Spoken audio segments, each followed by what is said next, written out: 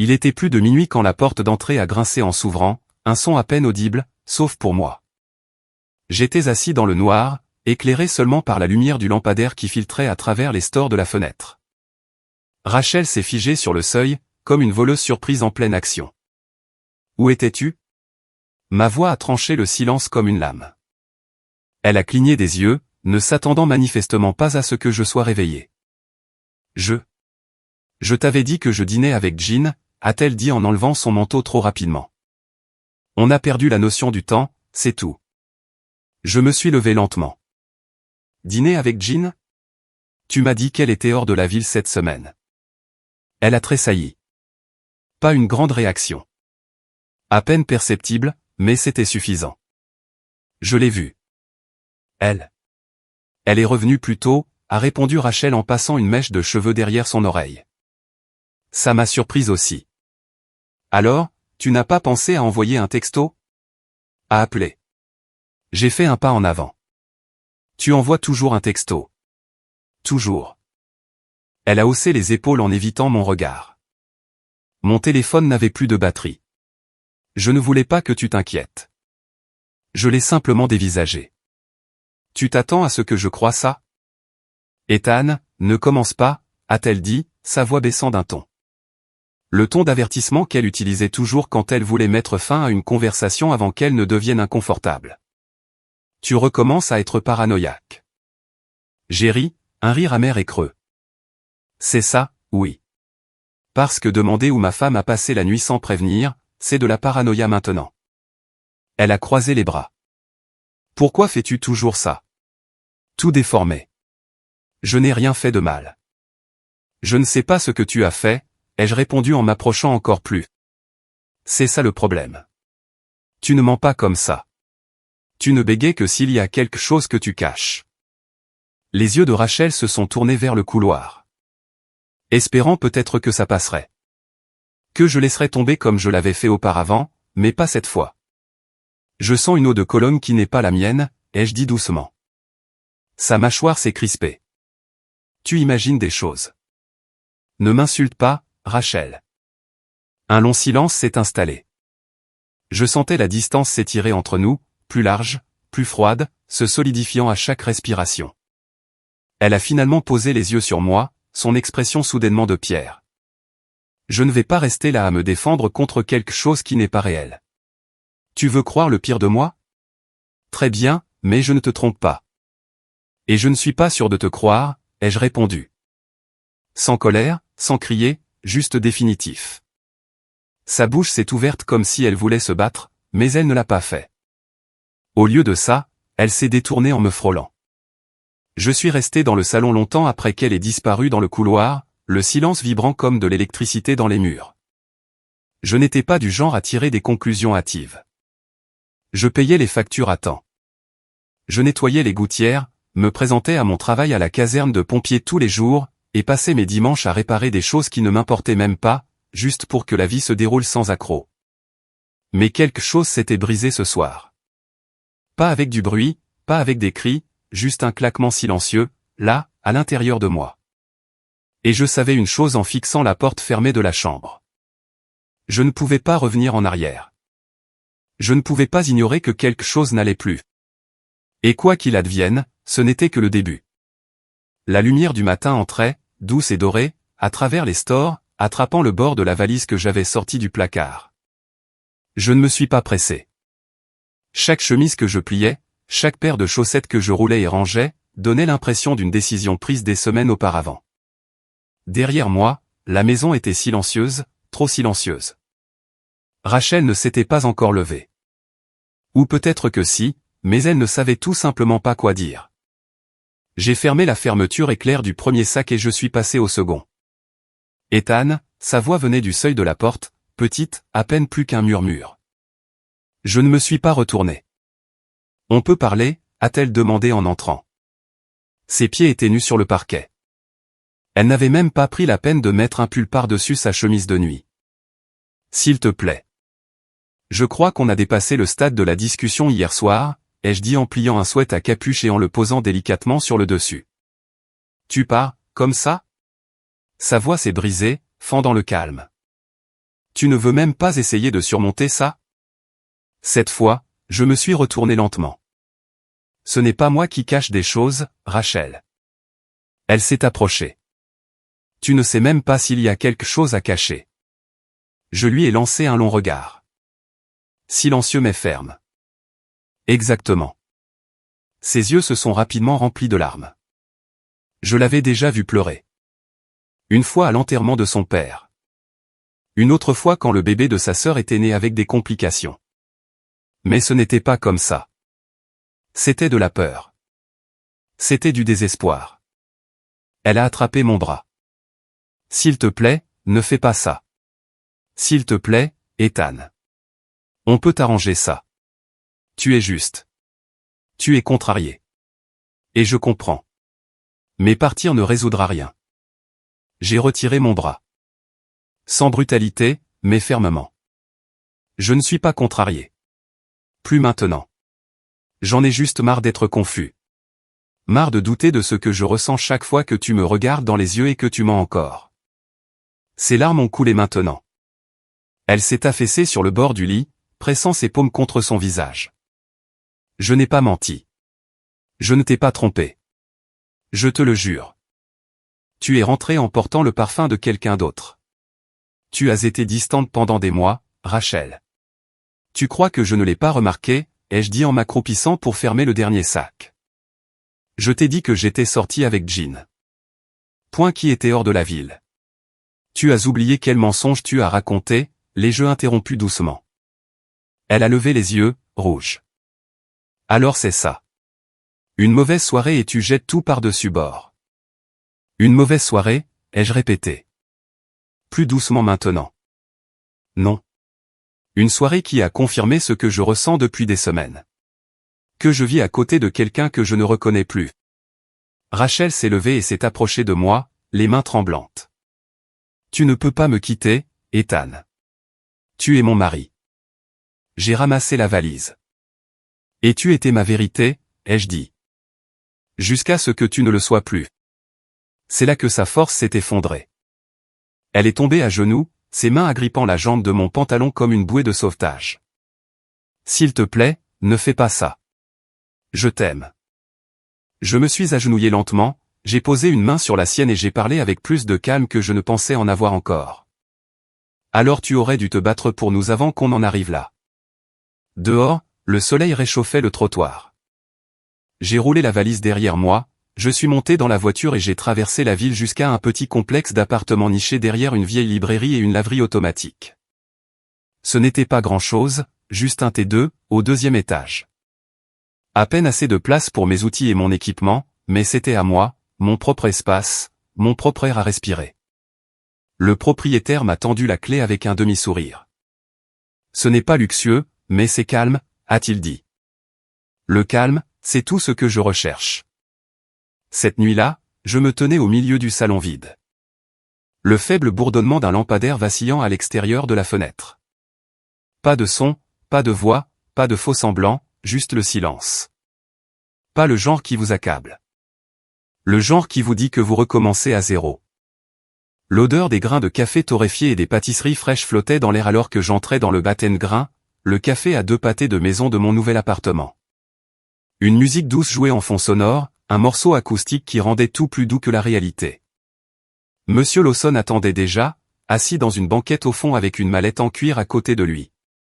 Costume gris, cravate bordeaux, et des lunettes à monture noire mat qui lui donnaient plus l'air d'un professeur que de l'avocat spécialisé dans les divorces à gros enjeux qu'on m'avait recommandé. Il s'est levé à mon approche. Ethan marche. C'est moi. J'ai serré sa main, une poignée ferme. Pas de chichi. Asseyez-vous. Le café est pour moi, a-t-il dit en faisant glisser un carnet noir vers lui alors que je m'asseyais en face. Alors, j'ai regardé le résumé que vous avez envoyé par email. Pas d'enfants impliqués, pas de contrat de mariage. Ça simplifie les choses sur le papier. Émotionnellement, c'est une autre affaire. Je ne veux pas traîner Rachel dans la boue, ai-je dit doucement. J'ai besoin de la vérité et de la paix. Il m'a étudié un instant, puis a hoché la tête. C'est honorable, mais si vous voulez avoir l'avantage au tribunal, Surtout si vous soupçonnez une infidélité, vous allez avoir besoin de preuves. Des preuves concrètes. Une allégation ne suffit pas. J'ai regardé par la fenêtre, observant un enfant attacher la laisse de son chien à un range-vélo. Elle ne l'admettra pas. J'ai déjà demandé. La plupart ne le font pas, a-t-il dit. C'est pourquoi les gens engagent des types comme moi, ou des enquêteurs. Je peux vous recommander quelqu'un de discret. Monsieur Lawson a cligné des yeux une fois. Vous êtes sûr? J'ai hoché la tête. Je connais son emploi du temps, où elle fait ses courses, où elle fait du sport. Je saurai si quelque chose cloche. Il s'est penché en arrière, tapotant son stylo contre le carnet. Très bien, mais voici ce que je vais vous dire. N'y allez pas en espérant des réponses. Allez-y en cherchant la clarté. Parfois, ce que vous ne trouvez pas est tout aussi important que ce que vous trouvez. Je suis parti avec un bloc-notes plein de notes et une douleur sourde dans la poitrine à laquelle je ne m'attendais pas. Ce n'était plus la rage qui me poussait. C'était la curiosité. C'est ce que la trahison vous fait. Ça ne fait pas que blesser. Ça hante. Au cours des jours suivants, je suis devenu quelque chose que je n'aurais jamais pensé être, une ombre. La voiture de Rachel était toujours garée dans la même allée que nous partagions autrefois. Chaque matin à 7h30, elle partait pour son cours de yoga dans un studio sur Spruce et la 15e. Elle y restait exactement 1h15, puis conduisait directement au Trader Joe's sur York. Elle en sortait toujours avec les mêmes sacs en toile remplis de fruits, de vin, de choux frisés, comme d'habitude. Le jeudi, je l'ai vue s'arrêter chez sa sœur. Elles sont restées assises sur le porche pendant près d'une heure, sirotant du café et riant. J'ai pris une photo. Même s'il n'y avait rien de scandaleux, cela faisait juste partie du processus, cataloguant l'ordinaire. Vendredi soir, j'ai suivi sa voiture jusqu'au centre-ville, pensant qu'elle allait peut-être rencontrer quelqu'un, mais elle s'est simplement garée près du lac, a marché jusqu'à un banc et s'est assise là, seule, pendant plus d'une heure. Elle n'a appelé personne, n'a envoyé aucun texto, elle a juste regardé l'eau comme si elle attendait quelque chose qui n'est jamais venu. J'étais assis dans ma voiture à une trentaine de mètres, moteur éteint, observant sa silhouette sous le lampadaire. La partie qui me faisait le plus peur, une partie de moi voulait encore aller m'asseoir à côté d'elle, lui demander à quoi elle pensait, la croire à nouveau. Mais je ne l'ai pas fait. J'ai juste regardé. Et pourtant, rien ne collait. Chacun de ses mouvements semblait innocent, prévisible. Mais ce murmure dans mes tripes n'a jamais cessé de se répéter, quelque chose cloche.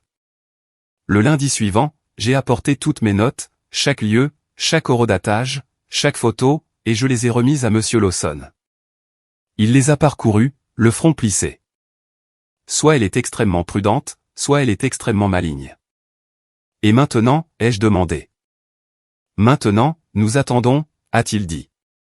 Parfois, c'est quand ils pensent être tirés d'affaire que les fissures commencent à apparaître. J'ai hoché la tête. Mais au fond de moi, je n'étais pas sûr de ce qui me faisait le plus peur, la surprendre en flagrant délit, ou prouver qu'elle n'avait jamais rien fait de mal et me sentir toujours aussi éloigné d'elle. Il était un peu plus de 7 heures quand j'ai entendu frapper à la porte de mon appartement. 3 coups doux, puis le silence. Quand j'ai ouvert, elle était là, Rachel, portant un vieux sweat à capuche vert. Je l'ai reconnu instantanément. C'était le mien. Ses yeux étaient gonflés, son maquillage avait coulé à cause des larmes, et dans ses mains se trouvait une boîte en carton, les bords usés par le temps, et probablement par les hésitations. « Je peux entrer ?» a-t-elle demandé. Je me suis écarté sans un mot. Elle est entrée lentement, son regard balayant l'endroit modeste que j'appelais maintenant mon chez-moi. Pas de photos encadrées au mur, juste une seule chaise, une petite table, le canapé que j'avais trouvé sur Craigslist, et une bouilloire qui sifflait doucement sur la cuisinière. « C'est vraiment ici que tu vis ?» a-t-elle demandé doucement. J'ai hoché la tête une fois, fermant la porte derrière elle. Ça fait l'affaire. Elle s'est assise sur le canapé comme si elle s'en souvenait, bien qu'il n'ait jamais été à nous. Puis, sans un autre mot, elle a posé la boîte sur la table basse et a retiré le couvercle. À l'intérieur, notre vie, des photos du mariage, une photo de nous sur une plage en Oregon, le vent dans nos visages, elle riant si fort que l'appareil l'a surprise en train de cligner des yeux, des mots que nous nous étions écrits la première année, la décoration de Noël que nous avions achetée ensemble à New York. Elle a tendu la main et a brandi une photo de nous assis sur le porche de notre ancienne maison, les jambes emmêlées comme des adolescents. On était heureux, a-t-elle dit, la voix tremblante. N'est-ce pas? Je suis resté silencieux. Elle a levé les yeux vers moi, ses yeux suppliants.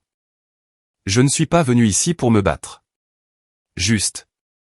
Ethan, tu nous manques. La façon dont tu me parlais me manque. La façon dont tu embrassais mon épaule le matin avant que je ne sorte du lit me manque. Être en sécurité me manque. Je me suis assis en face d'elle, sans me pencher en avant, sans me pencher en arrière. Alors pourquoi as-tu tout brisé? Je ne l'ai pas fait, a-t-elle répliqué vivement, puis elle s'est reprise.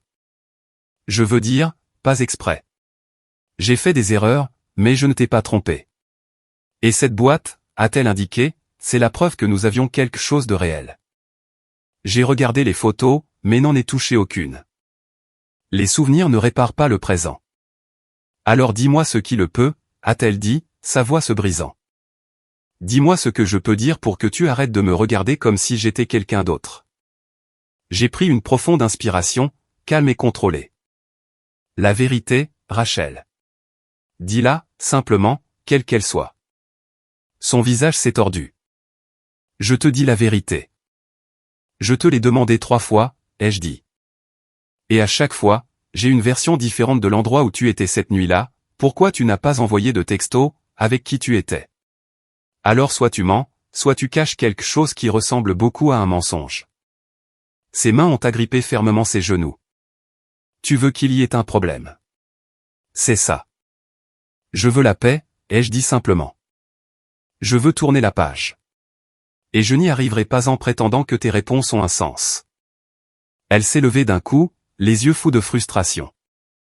Tu es paranoïaque, Ethan. Tu as créé cette histoire dans ta tête, et maintenant tu chasses des fantômes. Il n'y a rien, juste ton ego et une stupide insécurité qui te murmure que ta femme ne pourrait pas t'aimer de la même manière. La pièce a pulsé avec la chaleur soudaine de ses mots. Je n'ai pas bougé. J'ai juste laissé le silence s'installer. Je suis venu ici en espérant qu'on pourrait. Je ne sais pas se souvenir, a-t-elle dit, sa voix s'adoucissant à nouveau.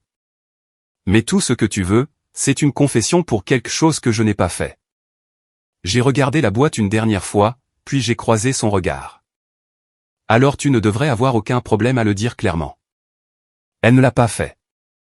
Au lieu de ça, elle a ramassé le couvercle, l'a remis sur la boîte et s'est tournée vers la porte. J'aurais dû le savoir, a-t-elle murmuré presque pour elle-même. Tu ne veux pas la vérité. Tu veux juste gagner. Et sur ce, elle est partie, claquant la porte un peu plus fort qu'elle ne le voulait. Je ne l'ai pas poursuivie. Je suis resté assis là pendant un long moment, fixant la boîte pleine de souvenirs, posée dans le noir comme un monument à ce que nous avions été. Et tout ce que je pouvais penser, c'était que ce n'était pas une confession, mais ce n'était pas de l'innocence non plus. Le loft était éclairé par des ampoules suspendues et le faible bourdonnement d'une musique provenant d'une enceinte vintage près du bar. Quelque part entre le murmure des conversations et l'odeur des cigarettes au clou de girofle et du gâteau d'anniversaire, je suis entré sans me faire remarquer. Je n'étais pas là pour faire une déclaration. J'étais juste un nom sur la liste des invités. C'est ainsi que les amis de Rachel préféraient les choses. Prétendant que rien ne s'était effondré, que j'étais toujours la moitié d'un couple parfait qui apportait la sauce pour l'apéro aux soirées-jeux. Je me suis servi un verre, suis resté en marge de la foule et j'ai observé.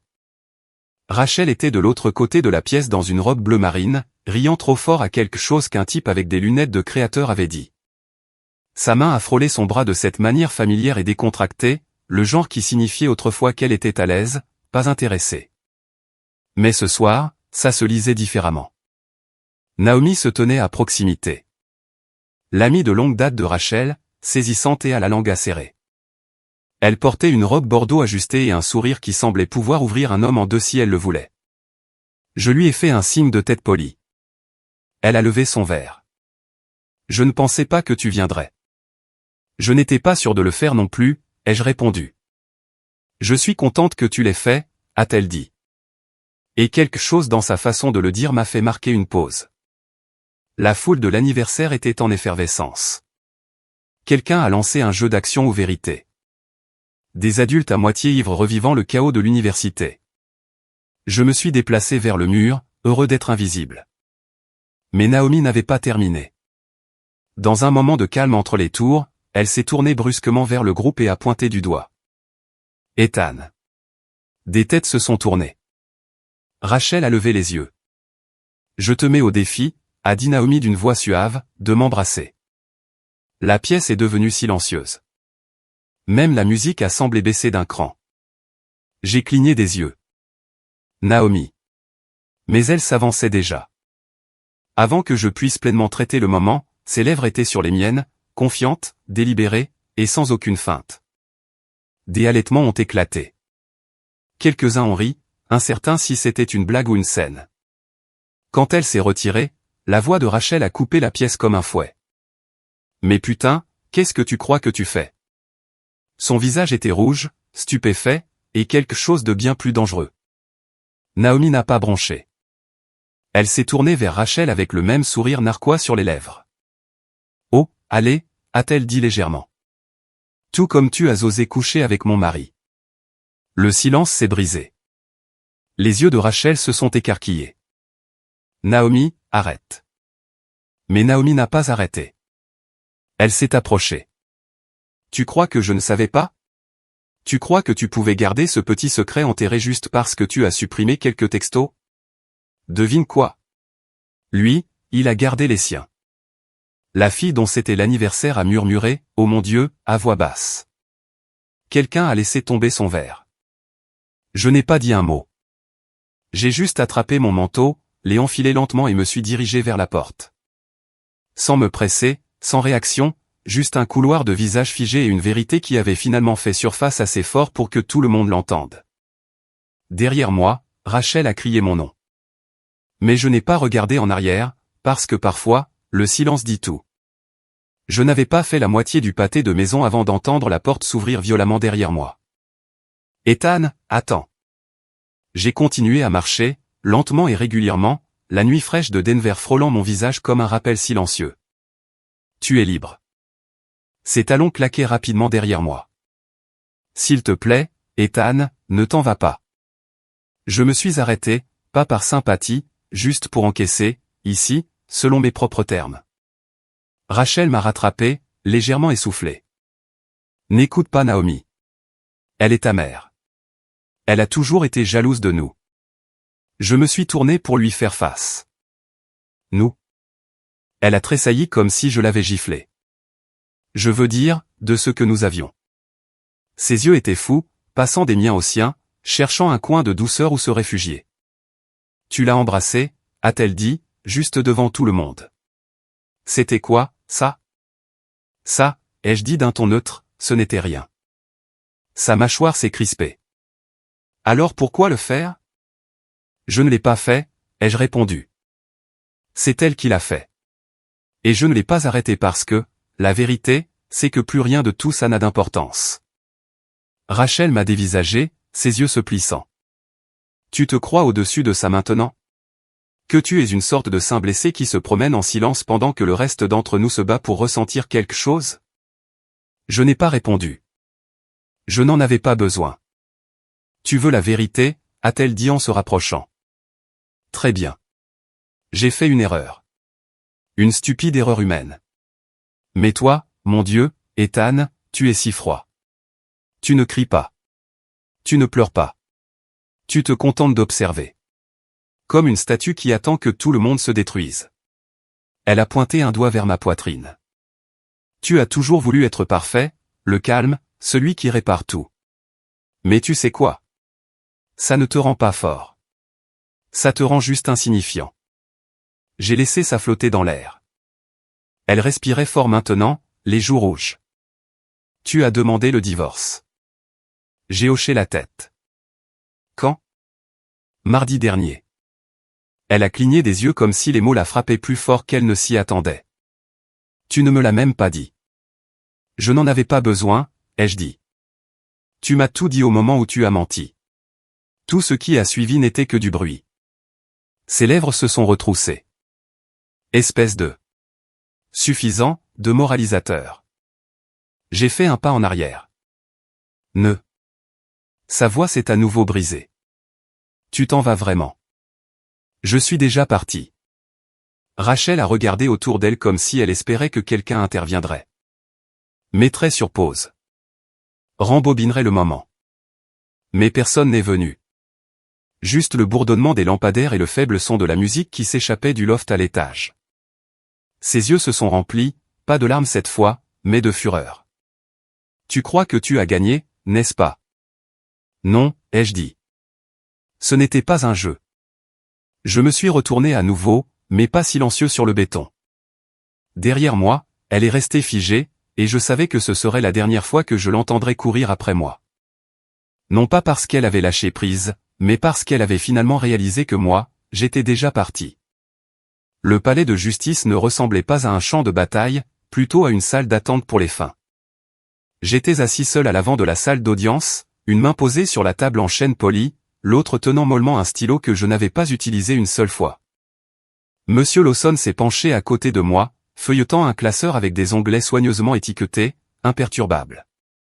Pour lui, c'était la routine. Pour moi, c'était comme le dernier souffle de ce qui avait été ma vie. De l'autre côté de l'allée, la chaise réservée à Rachel était vide. Elle ne viendra pas, a dit Lawson doucement, sans même lever les yeux. J'ai fait un léger signe de tête. Nous avions attendu 15 minutes après l'heure de début prévue, juste pour être sûr. Mais au fond de moi, je le savais déjà. Non pas parce qu'elle me l'avait dit, non pas parce qu'elle m'avait prévenu, mais parce que le silence était devenu son châtiment préféré. Et ça. Ce n'était qu'une autre façon de prétendre que rien de tout ça n'avait d'importance. La juge Bell est entrée, lunettes épaisses, voix tranchante. Nous traitons l'affaire marche contre marche. Dissolution de mariage. Le demandeur est présent. La partie défenderesse est absente. Elle a ajusté sa robe, puis m'a jeté un regard ferme. Poursuivez. Monsieur Lawson s'est levé et a exposé les faits comme s'il lisait une liste de courses. Votre honneur, la défenderesse a été informée de l'audience d'aujourd'hui à 3 reprises. Par courrier recommandé, par voie électronique, et un message vocal de confirmation a été laissé avec un horodatage. Aucun contact, aucune tentative de report. Mon client est prêt à aller de l'avant. La juge Bell a hoché la tête. Continuez. Lawson a remis un dossier. Y sont inclus les dossiers financiers, les preuves de la rupture de la confiance conjugale et le témoignage d'un témoin. Nous avons également une correspondance numérique confirmant une conduite extra-conjugale. Mon client ne demande pas de pension alimentaire. Il demande la conservation des biens communs et une clôture juridique complète. Le témoin a demandé la juge. La porte du fond de la salle d'audience s'est ouverte silencieusement et Naomi est entrée, ses talons résonnant dans l'allée, ses cheveux attachés en arrière comme si elle était prête pour la guerre. Elle a pris la barre sans drame, a prêté serment sans hésitation et a regardé directement la juge. Mon nom est Naomi Ellis. Rachel Marsh a été ma meilleure amie pendant 11 ans. J'ai découvert par accident qu'elle avait une liaison avec mon mari. Elle a fait une pause. Pas de larmes, pas de mélodrame, juste de la précision. Je l'ai confronté. Il l'a admis. Il a dit que ça avait commencé au début du printemps. J'ai récupéré des messages supprimés de l'ancien téléphone de Rachel. Des photos, des textos, même une entrée de calendrier où il prévoyait de se croiser accidentellement pendant qu'Ethan était hors de la ville. Elle a sorti un dossier et l'a passé au greffier. La juge Bell l'a parcouru en silence. Ses yeux ont scanné chaque page, chaque horodatage. Chaque vérité que je n'avais pas réussi à découvrir. Je comprends que cela soit émotionnel, a dit la juge calmement. Mais y a-t-il le moindre doute dans votre esprit que cette liaison a eu lieu pendant le mariage? Aucun, a dit Naomi. Elle nous a trahis tous les deux. Merci. Naomi est descendue, est passée lentement devant moi et m'a fait un petit signe de tête ferme. Pas de pitié, pas de fierté, juste une reconnaissance. Comme pour dire, tu n'es pas fou. C'est arrivé et tu avais raison. Le reste a été rapide. Langage juridique, répartition des biens, décision sommaire. En l'absence de la défenderesse, a dit la juge Bell, le tribunal accorde au demandeur Ethan Marsh la conservation du domicile conjugal, du véhicule immatriculé à son nom, et du compte d'épargne commun. La défenderesse renonce à ses droits en ne se présentant pas et par sa mauvaise conduite avérée. Le marteau est tombé comme un dernier battement de cœur silencieux.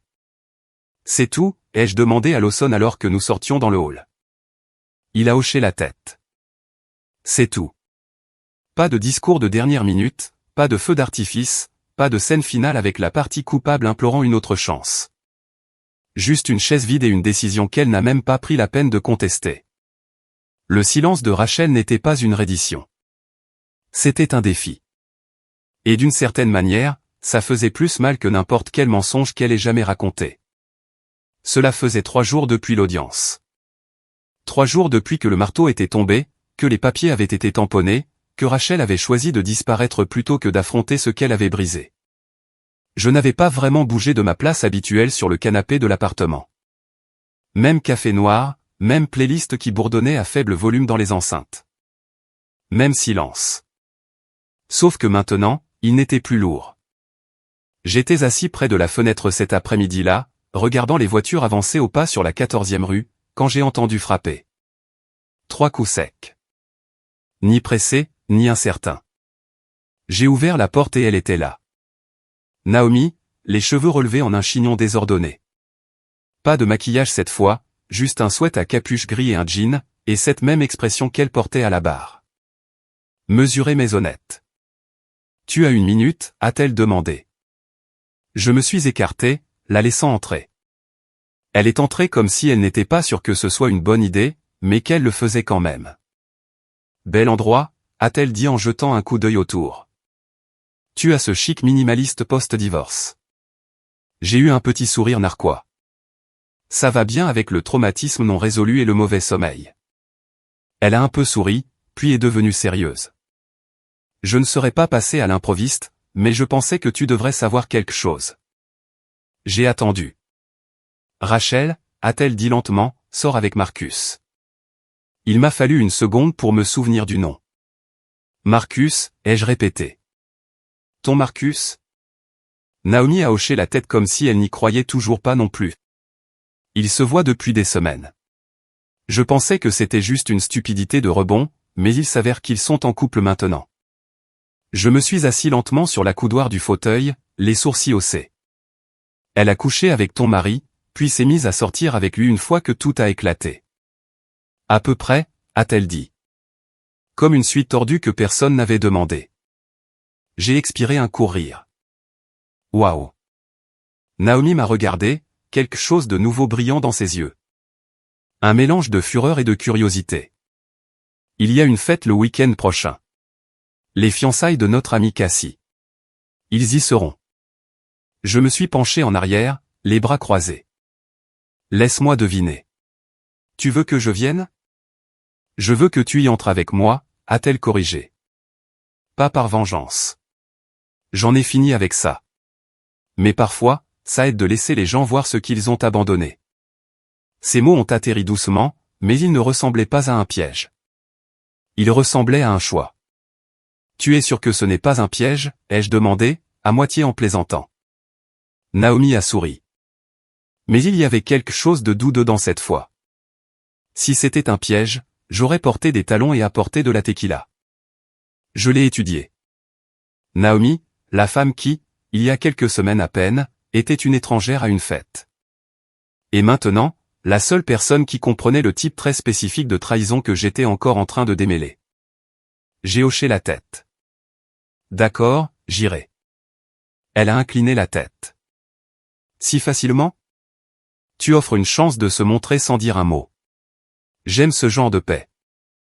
Nous sommes restés là 1 seconde de trop, le silence n'étant pas gênant, juste plein. Puis elle a reculé vers la porte. Samedi soir. Je passerai te prendre. J'ai haussé un sourcil. Je suis capable de conduire. Fais-moi plaisir, a-t-elle dit, son sourire revenant. Tu as été le calme assez longtemps. Laisse-moi m'occuper de celui-ci. Elle est partie avec un signe de la main discret. Et à la seconde où la porte s'est refermée, j'ai regardé mon appartement vide et j'ai réalisé qu'il ne semblait plus aussi vide. Pas à cause des meubles, mais parce que quelqu'un venait d'entrer, avait regardé toutes les ruines et n'avait pas bronché. Les portes de l'ascenseur se sont ouvertes avec un doux carillon, et le son de la musique, des rires et des verres qui trinquent s'est répandu. Le toit-terrasse était éclairé comme une page de magazine, des guirlandes lumineuses suspendues au-dessus du béton poli, des balustrades en verre encadrant la ligne d'horizon de Denver. C'était le genre d'endroit que Rachel aimait autrefois. Scintillant, soigné, rempli de gens qui faisaient semblant mieux qu'ils ne vivaient. Je suis sorti avec Naomi à mes côtés. Elle portait du noir.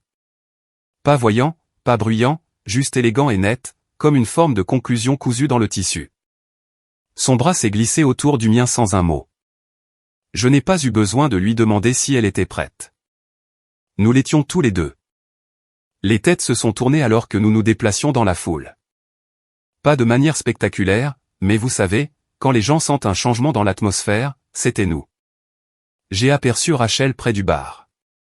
Elle riait jusqu'à ce qu'elle nous voie. Son sourire a disparu comme de la fumée dans le vent. À côté d'elle se tenait Marcus. Son bras reposait sur le bar, essayant un peu trop de paraître détendu. Il s'est redressé en apercevant Naomi. Et puis ses yeux se sont posés sur moi. Ce fut la première fissure. Naomi n'a pas arrêté. Elle nous a conduits droit au centre de tout, dans leur champ de vision, sa main reposant toujours légèrement sur mon avant-bras comme si nous ne marchions pas au milieu d'une mine antipersonnelle enterrée depuis longtemps. Rachel a fait un pas brusque en avant, ses talons claquants. Sérieusement ? Naomi s'est tournée nonchalamment, son sourire poli. Oh, salut, Rach. C'est drôle de te voir ici. Les yeux de Rachel ont fusé entre nous, la mâchoire serrée. C'est censé être quoi, ça ? J'ai incliné la tête, calme. C'est une fête de fiançailles. Nous avons été invités. Sa voix a baissé. Vous êtes ici ensemble ? Naomi a cligné lentement des yeux. C'est un problème ? Avant que Rachel ne puisse répliquer, Marcus a bougé à côté d'elle. Ce n'est peut-être pas le moment. Elle s'est retournée contre lui. Ne parle pas. Tu n'as pas le droit de parler maintenant. Rachel, a-t-il marmonné, ses yeux se tournant vers les invités environnants. Pas ici. Non, maintenant, a-t-elle sifflé. Il nous nargue au visage. Et tu t'inquiètes des apparences ? Marcus a fait un pas en arrière, les bras à moitié levés. On n'est même pas officiel. Tu as dit qu'on ne mettait pas d'étiquette. Oh, tu te défiles maintenant, a-t-elle lâché, sa voix montant. Tu n'as pas pu attendre 2 secondes avant de ramper dans son lit, et maintenant tu agis comme si je t'avais forcé à faire ça. Les invités faisaient semblant de ne pas regarder, mais leurs têtes étaient toutes légèrement inclinées, les verres tenus à mi-chemin des lèvres. Naomi s'est penchée vers moi. Du pop-corn serait le bienvenu. Rachel s'est retournée vers nous, la voix tremblante. C'est ce que vous vouliez, tous les deux ? Non, ai-je dit. Ce n'est pas ce que je voulais, mais c'est ce que tu as construit. Rachel a ouvert la bouche, puis a hésité. Pendant une fraction de seconde, la colère s'est dissipée et en dessous, il y avait quelque chose de pire. L'embarras. Elle s'est tournée vers Marcus. Mais Marcus s'était déjà éloigné, marmonnant « Je ne fais pas ça ». Et juste comme ça, il a disparu dans la foule, la laissant seule. Rachel est restée là, exposée, furieuse, humiliée. Et pour la première fois depuis le début de toute cette histoire, elle n'avait personne pour qui jouer. Aucune défense à opposer. Aucun public qui ne connaissait pas déjà l'histoire. Naomi a légèrement touché mon bras. Allons-y. J'ai jeté un dernier regard à Rachel. Pas suffisant, pas froid, juste fini. Puis j'ai suivi Naomi vers le bord éloigné du toit-terrasse, loin des lumières et du bruit. La ville semblait vaste et silencieuse d'ici. Je ne m'attendais pas à ce qu'il se défile comme ça, a dit doucement Naomi. Moi si, ai-je répondu. Il a trompé sa femme. Il n'a jamais été fait pour rester. Elle s'est tournée vers moi. La ligne d'horizon se reflétait dans ses yeux. Et toi ? Tu restes ? Je l'ai regardé pendant un long moment. Oui, je crois que oui. La nuit de Denver s'était rafraîchie depuis que nous avions quitté le toit-terrasse. L'air était vif, portant l'odeur du pain et de la poussière de la ville. Une de ces soirées calmes où tout semble immobile. J'ai déverrouillé la voiture avec un bip doux. Naomi s'est glissée sur le siège passager comme si elle y avait déjà été. Ce n'était pas le cas, mais ça ne semblait pas être la première fois. Nous sommes restés assis une seconde avant que je ne démarre le moteur. Pas de précipitation, pas de pression, juste deux personnes respirant facilement après avoir vu une tempête s'épuiser enfin. Je m'attendais à ce qu'elle jette un verre, a dit Naomi alors que je m'engageais dans la rue. J'ai souri. Elle l'aurait fait si ça n'avait pas taché la robe qu'elle a louée. Ça l'a fait rire. Et pas le genre poli. Le vrai genre. Le genre qui dit « j'en avais besoin ». Je dois admettre, a-t-elle dit en dégageant des cheveux de son visage, qu'il y avait une petite partie mesquine de moi qui espérait qu'elle poursuivrait Marcus et tomberait dans sa course. J'ai jeté un coup d'œil. Et pourtant, tu as gardé tes talons tout le temps. Impressionnant. Elle m'a donné un coup de coude. Tu n'es pas mauvais à ça. À quoi? À parler, à rire, à faire en sorte que ça ne ressemble pas à une situation gênante digne d'un tribunal. J'ai haussé légèrement les épaules. On a connu pire. Elle a appuyé sa tête contre le siège, regardant les lumières défiler. Tu aurais cru qu'on finirait ici, dans ma voiture, dans ce chapitre étrange, entre deux, a-t-elle dit. Je n'ai pas répondu tout de suite. Je réfléchissais trop. Je pensais que je serais en colère plus longtemps, ai-je finalement dit. Je pensais que je voudrais tout brûler. Et maintenant, a-t-elle demandé, me regardant attentivement. Maintenant. J'ai fait une pause et j'ai souri. Je suis juste content que ce soit fini. Quoi que ce fût. Elle a hoché la tête comme si elle comprenait. Parce qu'elle comprenait. Après quelques pâtés de maison, elle s'est de nouveau tournée vers moi, un peu plus légère maintenant. Alors, je peux te demander quelque chose d'un peu moins poétique? Bien sûr. Tu fais quelque chose demain soir? J'ai jeté un coup d'œil, haussant un sourcil. Pourquoi, tu prévois un deuxième scandale public? Elle a ri, puis a haussé les épaules. Juste un dîner, quelque part de calme. Pas de drame, pas de révélation sur un toit terrasse. Ça a l'air suspectement sain, ai-je dit. Ne t'y habitue pas. Nous nous sommes arrêtés devant chez elle, une modeste maison avec un porche dont la lumière vacillait comme un phare endormi. Elle a détaché sa ceinture de sécurité mais n'a pas ouvert la porte tout de suite. Tu aimerais l'endroit, a-t-elle dit. J'ai cette petite véranda bizarre. Je l'ai transformée en coin lecture. On se croirait dans une cabane dans les arbres quand il pleut. Ça ressemble au genre d'endroit où les gens recommencent à zéro. Ses yeux se sont attardés sur les miens. Tu sais quelque chose à ce sujet? J'ai eu un petit sourire. Le dîner me va bien. Elle a ouvert la porte mais a fait une pause avant de sortir. Viens me chercher à 7 heures. J'y serai. Elle a refermé doucement la porte, a monté les escaliers sans se retourner. Confiante, à l'aise, comme quelqu'un qui sort enfin de l'ombre de ses anciens choix. J'ai attendu que la lumière de son porche s'éteigne. Puis je suis rentré chez moi, les fenêtres entr'ouvertes, l'air frais s'infiltrant. Et pour la première fois depuis longtemps, je ne portais plus rien de lourd. 3 ans. C'est le temps qui s'est écoulé depuis cette fête sur le toit. Depuis les derniers mots que Rachel m'ait jamais adressés. Depuis que je suis parti, non seulement d'elle, mais de la vie pour laquelle je pensais devoir me battre. Maintenant, il y a de la musique dans la cuisine. Naomi danse pieds nus en remuant une casserole qui sent l'ail et le citron. Le tourne-disque saute de temps en temps, mais elle aime ça. Elle dit que ça donne l'impression que la maison est vivante. Je suis assis sur le bord du canapé, en train de resserrer une charnière desserrée du tiroir du placard qu'elle a cassé la semaine dernière en essayant de l'ouvrir avec son coude. Elle prétend que c'était un choix créatif. Cette maison n'est pas grande. Elle n'a rien d'extraordinaire. 2 chambres, dont une que nous avons transformée en atelier rempli de pinceaux et de livres non lus.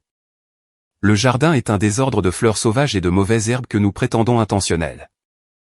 Il y a une balançoire de Porsche que Naomi a trouvée dans un vide-grenier. Je l'ai réparée et c'est maintenant son endroit préféré pour s'asseoir pendant les orages. Nous ne parlons plus beaucoup du passé. Non pas par déni, juste par paix. Parfois, quand il pleut fort, je me souviens encore de la nuit où Rachel est rentrée tard. Ses clés tremblant dans sa main. La façon dont mon instinct hurlait même quand mon cœur voulait la croire. Et puis je me souviens de tout ce qui a suivi.